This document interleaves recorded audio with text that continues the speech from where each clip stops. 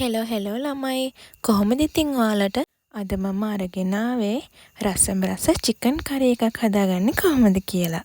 ඉතින් මේක නිකන් චිකන් කරි එකක් වගේ පෙනුනට මට නම් එහෙම නැහැ. මේ චිකන් කරි එක හදන හැම වෙලේම මම ආපහු අතීතයට යනවා. ඒ ඇයි දන්නවද ළමයි? ඔයාලා දන්නවනේ අපේ අම්මලා තාත්තලා අපිට කොච්චර ආදරේද කියලා.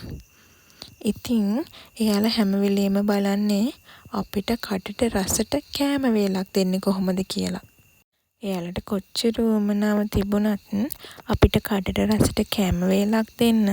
හැබැයි සමහර දවස් තිබුණා තාත්තගේ සාක්කුවේ මුදල් එහමින් නැති. ඒ මුදල් එහමින් නැති දවසටත් තාත්තා අමතක නොකර චිකන් කෑල්ලක් අරගෙන එනවා මට අද වගේ මතකයි. ඒ තියෙනවටම නෙමෙයි අපි කොච්චරවත් චිකන් කන්න හරි ආස හින්දා. ඒ ගේන පුංචි චිකන් කෑල්ල ගෙදර හැමෝටම නම් කන්න මදි. ඒ වුණාට ඒක උයන්නේ ලොකු ඇතිලියක. ඒ දවස්වල කල්පනා කරේම මේක මායාවක්ද කියලා. පුංචි චිකන් කෑල්ල කොහොමද ලොකු ඇතිලියක පිරෙන්නම උයන්නේ? හැබැයි ඉතින් හරිම රසයි. මං නම් ආසම චිකන් එකේ තැනින් තැන හැපෙන අල කෑලි වලට.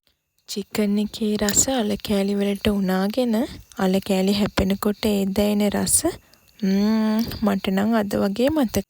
හැබැයි ඉතින් චිකන් කෑලි ටික ඔක්කොම දීලා අල කෑලි ටික කෑවේ අම්මයි තාත්තයි විතරයි.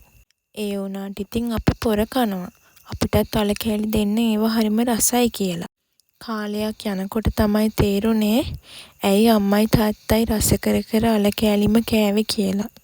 එයාලගේ කැපකිරීම කොච්චරද කියලා තේරෙන්නේ අපි ටික ටික ලොකු වෙනකොට. හැබැයි අපිට දැන් කොච්චර පුළුවන්කමක් තිබුණත් අපි තාම හදන්නේ චිකන් එක ගොඩක් වෙලාවට මෙන්න මේ විදියට.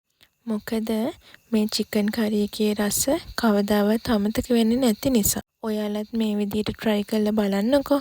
මේක හරිම රසයි ළමයි. අපි එහෙනම් අලුත් වීඩියෝ එකකින් හම්බෙමු ළමයි. මං අදට ගිහින් එන්නම්. ඔයාලා හැමෝටම සුබ දවසක්.